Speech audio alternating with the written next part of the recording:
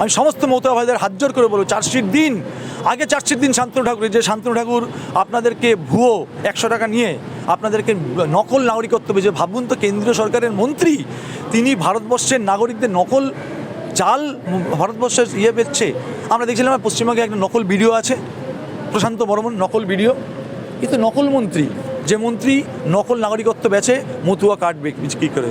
আমি বলবো এবার মতুয়া ভাইদের অনুরোধ করব, সমস্ত মতুয়া ভাইদের, আপনারা বিজেপিকে চার্জশিটটা দিন, তৃণমূলকেও দিন, কারণ তৃণমূল আপনাদেরকে নাটক করেছে, রাজনীতি করছে আপনাদেরকে নিয়ে আবার নতুন একটা রাজনীতির একটা দেখবেন খেলা, একটা বেশ উত্তম সুযুক্ত মার্কা, কান্নাকাটির মার্কা, একটা সিনেমা টেমা করে ভোট কাটার চেষ্টা করবে। আর আমি বলবো বিজেপিকে, মতুয়াদেরকে বলবো বিজেপিকে চার্জশিট দিন, কারণ বিজেপি আপনাদেরকে নকল নাগরিকত্বের স্বপ্ন দেখিয়ে আজকে পথে বসিয়েছেন। যদি ওই স্বপ্নটা শান্তনু ঠাকুর না দেখাতেন, সম্ভবত মতুয়ারা কনসাস হতেন, সম্ভবত মতুয়ারা সচেতন থাকতেন এবং তারা যাতে প্রকৃত ভারতবর্ষের নাগরিক হতে পারেন তার সব ব্যবস্থা করতেন। কিন্তু যেহেতু ওই শান্তনু ঠাকুর নকল কার্ড বিক্রি করেছিলেন, ওই নকল কার্ডের মোহতে ভুলে তারা এখন রাস্তায় দাঁড়িয়ে লাইনে দাঁড়াচ্ছে। দাদা, অমিত শাহের চার্জশিট এই নিয়ে এখন বাংলার রাজনীতিতে আলোচনা চলছে, কি বলবেন বিষয়টা নিয়ে? দেখুন, অমিত শাহ যেগুলো বলেছেন সেগুলো বিরোধীরাও বলেছি আমরা, কিন্তু অমিত শাহ চার্জশিটে এটা বললেন না কেন অভয়ার বিচার হলো না। অমিত শাহ চার্জশিটে এটা বললেন না তার দপ্তরের অধীনে থাকা সিবিআই কেন কয়লা চুরির যে সবচেয়ে বড় মাথা, যিনি দক্ষিণ কলকাতায় থাকেন, তিনি এখনও জেলের বাইরে। অমিত শাহ চার্জশিটে এটা বললেন না একের পর এক ইডির রেড করিয়ে কেন এখনও পর্যন্ত কাউকে গ্রেপ্তার করা গেল না। অমিত শাহ এটা বললেন না বালি থেকে শুরু করে, কয়লা থেকে শুরু করে সামান্য যা দুর্নীতি পশ্চিমবঙ্গে হয়েছে, তাদের যে তৃণমূল নেতা জড়িত, তার দপ্তরে থাকা সিবিআই তদন্ত করেও কেন চার্জশিট দিয়ে তাদেরকে গ্রেপ্তার করা গেল না। অমিত শাহ এটা বললেন না 26,000 চাকরি চুরি করার তৃণমূল কংগ্রেসের যে মাথারা, সেই মাথারা সিবিআই তদন্তের পরও কেন জেল থেকে ছাড়া পেয়ে যাচ্ছে, এটা কিন্তু অমিত শাহ বললেন না। অমিত শাহ এইটা বললেন না তিনি যাকে পাশে নিয়ে আজকে প্রেস কনফারেন্স করলেন নারদ কেলেঙ্কারিতে, যখন তাকে দেখা গেছিল, অমিত শাহ এইটা বললেন না যে নারদ কেলেঙ্কারির একজন দুর্নীতিগ্রস্তকে পাশে বসিয়ে চার্জশিট প্রকাশ করছেন। আসলে সবটাই আইওয়াশ। অমিত শাহের দপ্তর পশ্চিমবঙ্গে যে কেলেঙ্কারি হয়েছে 2011 সালের পর থেকে, যে কেলেঙ্কারির কথা আমরা বিরোধীরা বারবার করে বলে এসেছি, যেভাবে পশ্চিমবঙ্গের মানুষকে চুরির জালে, ডাকাতির জালে, দুর্নীতির জালে ফাঁসিয়ে দেওয়া হয়েছে, তারপরে তার দপ্তরের অধীনে থাকা সিবিআই তদন্ত করে একটা বড় যে রসগোল্লা পেয়েছেন, তার দপ্তর কেন রসগোল্লা পেল আজকে অমিত শাহের চার্জশিট বার করে সেটা বলতে পারলেন না যে এতগুলো দুর্নীতি তদন্ত করেও আমার দপ্তর একটা রসগোল্লা পেয়েছে, তাই যেই চার্জশিটের মার্কশিটে আমি সিবিআইকে এবং আমার দপ্তরকে আমি গোল্লা দিচ্ছি, এটা অমিত শাহ বলতে পারলেন না। সামনে ভোট, আমি বলবো অমিত শাহ আমাদের দেশের স্বরাষ্ট্রমন্ত্রী, তিনি যদি এই চার্জশিটগুলো বিগত 5 বছর বা তার আগের থেকে করতেন, তাহলে আজকে যারা কয়লা চোর, চাকরি চোর, যারা দুর্নীতিবাজ, তারা জেলে থাকতেন। অমিত শাহের দপ্তরের অধীনে থাকা সিবিআইয়ের ওই গোল্লা পাওয়ার ফলে তারা রাস্তায় ড্যাং করে ঘুরে বেড়াচ্ছে। অমিত শাহ এটা বললেন না, উনি রাজ্য দখলের কথা বলছেন। আসলে রাজ্য দখলের কথা বলে উনি এই গোলটাকে ঢাকতে চাইছেন, যে গোল তার দপ্তরে থাকা সিবিআইয়ের তদন্তের ফলে মুখ থুবড়ে পড়েছে। আমি স্পষ্ট করে বলছি, যে চার্জশিট উনি বলেছেন আজকে অমিত শাহ বলছেন, কিন্তু অমিত শাহর অধীনে থাকা, দেখুন অমিত শাহ এখন কন্ট্রাডিক্টরি। অমিত শাহ বলছেন পশ্চিমবঙ্গে চুরি হয়েছে, অমিত শাহ বলছে পশ্চিমবঙ্গে ডাকাতি হয়েছে, অমিত শাহ বলছে পশ্চিমবঙ্গে চাকরি চুরি হয়েছে, পশ্চিমবঙ্গে বালি চুরি হয়েছে, কয়লা চুরি হয়েছে, সবগুলো তদন্ত করেছিল সিবিআই। তাহলে কে সত্যি কথা বলছে? অমিত শাহ সত্যি কথা বলছে না সিবিআই সত্যি কথা বলছে? দেশের স্বরাষ্ট্রমন্ত্রী সত্যি কথা বলছে না স্বরাষ্ট্রমন্ত্রীর অধীনে থাকা সিবিআই সত্যি কথা বলছে?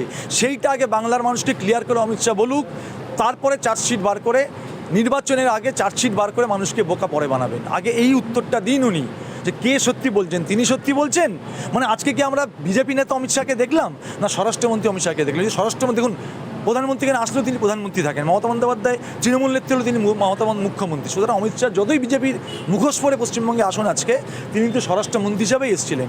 তাই আমি বলবো আজকে অমিত শাহকে এই চার্জশিটটা দিক, তার দপ্তরের সিবিআই সত্যি কথা বলছেন না অমিত শাহ সত্যি কথা বলছেন। যদি তার দপ্তরের সিবিআই সত্যি কথা বলে থাকে তাহলে অমিত শাহ পদত্যাগ করবে, কারণ তার দপ্তরের অধীনে থাকা সিবিআই ব্যর্থ। আর নয়তো যদি অমিত শাহ সত্যি কথা বলেন, তাহলে সিবিআই আধিকারিক অমিত শাহকে সরিয়ে দিক, যে পশ্চিমবঙ্গে এতগুলো চুরিকে প্রশ্রয় দিয়ে কেন সিবিআই লবডঙ্কা হয়ে আঙ্গুল চুষে চলে যাচ্ছেন। ভাবুন তো, আইপ্যাকে হামলা হলো, অপেক্ষা করলেন সিবিআই অফিসাররা, কখন মুখ্যমন্ত্রীকে ফাইল চুরি করবেন?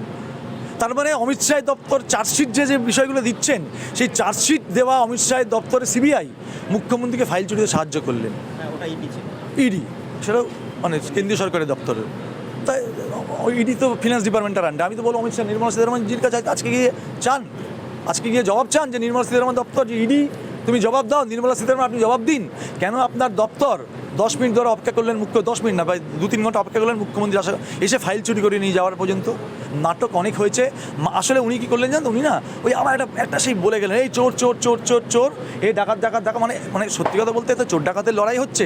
উনি বলাতে চাইছিলেন যে এবার পশ্চিমবঙ্গের লড়াইটা কিন্তু শুধু বিজেপি তৃণমূল নয়, এবার পশ্চিমবঙ্গের লড়াইটা চতুর্মুখী লড়াই, যাতে লড়াইটা চতুর্মুখী মানুষ বুঝতে না পারে। তাই সেই পুরনো সেই বস্তা পচা একটা অভিযোগ তুলে উনি মানুষকে আইওয়াস করালেন। আমি বলবো ওই চার্জশিটটা ভুয়ো চার্জশিট, ওই চার্জশিটটা সিবিআইয়ের বিরুদ্ধে আগে উনি দিন, তারপরে পশ্চিমবঙ্গের মানুষকে চার্জশিট দিয়ে ভোলাবেন। আমি আবার বলছি, যে কথা উনি বলে এসছেন বিগত 10 বছর ধরে আমরা মানুষের পাশে দাঁড়িয়ে মানুষের দাবি নিয়ে ঠিক সেই কথাগুলো বলে আসছি, কিন্তু উনার দপ্তরে সিবিআই সবগুলোকে মিথ্যে কথায় পরিণত করছেন। তাই আবার বললাম, অমিত শাহ আজকে অমিত শাহ দিল্লি থেকে চলে গেছেন হয়তো বা যাননি, হয়তো অমিত শাহের উচিত ছিল বলে যাওয়া যে ভাই আমার দপ্তরের অধীনে থাকা সিবিআই ব্যর্থ, তাই এই দায় নিয়ে আজকে আমি আর স্বরাষ্ট্রমন্ত্রীর থেকে পদত্যাগ করলাম, কারণ আমার দপ্তরে থাকা একটা সবচেয়ে বড় তদন্ত, এই সমস্ত তদন্তই করতে পারছে না। আর নয়তো অমিত শাহ বলুন এয়ারপোর্টে দাঁড়িয়ে আমি যে চার্জশিট দিলাম একটা লোকানো চার্জশিট, ঝুলানো যেমন দেখায় না বাচ্চা, ওই ছেলে বোলানো পাড়া ঝোলানো এটা আছে না, বর্গি এলো দেশে বুলবুলিতে ধান খেয়েছে খাজনা দেবো কিসে, অমিত শাহ ওই মন কি পাড়া জোড়ালো ছেলে ঝুলানো জিনিস, খাজনা এলো কিসে দেখিয়ে পাড়া ঝোলানো গল্প দিলেন, আর কিচ্ছু না। কিন্তু অমিত শাহ এসে এর আগে আমরা দেখেছিলাম বারংবার তিনি বলেছিলেন যে ডিলেট ডিপোর্ট করা হবে, চিহ্নিত করা হবে, তারপরে ডিপোর্ট করা হবে। তো অনেক মতুয়াদের নামও বাদ গেছেন, এই যে সাপ্লিমেন্টারি চার্জশিট বেরোচ্ছে সেখানেও বহু মতুয়ার বৈধ নাগরিক যারা তাদের নাম বাদ যাচ্ছে, ডিলেট হয়ে গেছে, তাদের নিয়ে কোনো শুরু হওয়ার বার্তা কিন্তু স্পষ্টভাবে আসলো না। না, তাদের প্রশ্ন উত্তর তো নেই অমিত শাহর কাছে। দেখুন, তাহলে যদি বলতে হয় তাহলে অমিত শাহ সিবিআই নিয়ে কথা বলছিলেন না, বলে সবচেয়ে বেশি সিবিআই তদন্ত শান্তনু ঠাকুরের বিরুদ্ধে লাগানো উচিত। উনি মতুয়াদের কার্ড বেঁচেছেন ভারতবর্ষের নাগরিক হিসাবে। আচ্ছা বলুন তো, মতুয়া কার্ড কি ভারতবর্ষের নাগরিকত্বের কার্ড? মতুয়া কার্ড কি ভারতবর্ষের আধার কার্ড? মতুয়া কার্ড কি ভারতবর্ষের ভোটার কার্ড? মতুয়া কার্ড কি ভারতবর্ষের পাসপোর্ট? তাহলে কী করে একজন কেন্দ্রীয় মন্ত্রী তিনি ভুয়ো কার্ড বিক্রি করে মতুয়াদের মিথ্যে কথা বলে পশ্চিমবঙ্গের নাগরিকত্বের মিথ্যে বার্তা দিয়েছেন? আমি বলব, মাননীয় অমিত শাহজি, আপনি আমাদের সবার প্রিয় স্বরাষ্ট্রমন্ত্রী, আপনার মন্ত্রিসভায় থাকা অমিত শাহজির মন্ত্রিসভায় থাকা শান্তনু ঠাকুরের বিরুদ্ধে সিবিআই তদন্ত করুন, কারণ উনি মতুয়া কার্ড ভুয়োভাবে বিক্রি করে মতুয়াদের বিপথে চালিত করে মতুয়াদের আজকে রাস্তায় নামিয়েছেন। যে মতুয়ারা, আমি যে অঞ্চলের বাসিন্দা সেই অঞ্চলে প্রচুর মতুয়া আছেন, তারা আজকে রাস্তায় দাঁড়িয়ে কান্নাকাটি করছেন, কারণ তারা আদৌ ভারতবর্ষের নাগরিক। ভোটার কার্ড, আমি একটা কথা আপনাকে বলি, এই যে ভোটার কার্ড আধার কার্ডের নাম বাদ যাওয়া, শুধু কি তাই? শুধু কি ভোট দিতে পারবেন না সেরকম ব্যাপার? কালকে আপনার আধার কার্ড বাতিল হবে, কালকে আপনার ভোটার কার্ড বাতিল হবে, কালকে আপনার ব্যাঙ্ক অ্যাকাউন্ট বাতিল হবে, পরশু আপনি চাকরিটা হারাবেন। শুধু ভারতবর্ষে আপনাকে কিন্তু এই কার্ডগুলো বাদ দিয়ে আপনাকে নাগরিক করা হচ্ছে না, আপনাকে রাস্তায় পথে বসাবার ব্যবস্থা করে দেওয়া হচ্ছে। যে পথে বসাবার ব্যবস্থা মতুয়াদের সঙ্গে শান্তনু ঠাকুর করেছিলেন। আমি আবার বললাম, উনি সিবিআই একটা সাফল্য দেখান, ওনার দপ্তর তো পশ্চিমবঙ্গে লবডঙ্কা করেছেন, একটা অন্তত আপেল উনি আমাদের দেখান। সে আপেলটা হচ্ছে শান্তনু ঠাকুরের বিরুদ্ধে সিবিআই তদন্ত করে যেভাবে শান্তনু ঠাকুর মতুয়াদেরকে ভুয়ো কার্ড বিক্রি করেছিলেন, ওটা তো এক ধরনের চিটফান্ড। ঠিক তো জেনে কিছু হবে না, কারণ সারদা চিটফান্ডেরও কিচ্ছু হয়নি, রোজভ্যালি চিটফান্ডেরও কিচ্ছু হয়নি, সেই সিবিআই তদন্ত জিরো। আমি কিছুদিন আগে মহিষাদলে ঘুরতে গেছিলাম, দেখলাম মহিষাদল রাজবাড়ির একটা অংশ কোনো এক সময় কোনো চিটফান্ড কোম্পানি কিনেছেন, তাদের বড় করে মারা আছে, এই বাড়িটি ইডি সিবিআই অধিগ্রহণ করে নিয়েছে। জিজ্ঞেস করলাম, বলো সে 12 বছর ধরে অধিগ্রহণ করা আছে, সে বাড়িতে আস্তে আস্তে ঝরে পড়ছে, এমন অবস্থা সামনের বছর হয়তো ওই নোটিশটাও আস্তে আস্তে ছিঁড়ে যাবে, কারণ পাঁচিলটাই উড়ে যাচ্ছে। এটা হচ্ছে সিবিআইয়ের কাজের অবস্থা। 12 বছর আগে নোটিশ মেরে দিয়েছে, এখন তার কোনো সুফল আসেনি। ঠিক একইভাবে আমি বলবো, যেটা বলছিলাম, শান্তনু ঠাকুরের বিরুদ্ধে সিবিআই তদন্ত করে তার বিরুদ্ধে যদি আইনি ব্যবস্থা নেওয়া যায় তারা নিক, কারণ তার নেতৃত্বে এই পশ্চিমবঙ্গে মতুয়ারা রাস্তায় বসছেন। আর অমিত শাহ মতুয়াদের নিয়ে কিছু বলবেন না, কারণ মতুয়াদের নিয়ে যা খেলা হয়ে গেছে, মতুয়াদের নিয়ে যা ভোট পাওয়া হয়ে গেছে, মতুয়াদের নিয়ে যা নাটক করা হয়ে গেছে, তাই কিছু বলবেন না। তবে আমি বলবো, মতুয়ারা কিন্তু তৈরি আছে।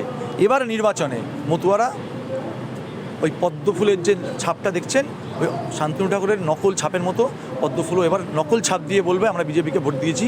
আসল কিন্তু তারা বিজেপিকে ভোটটা দেবেন, ওটা ভোট না, ওটা বিজেপির গালে থাপ্পড় হবে।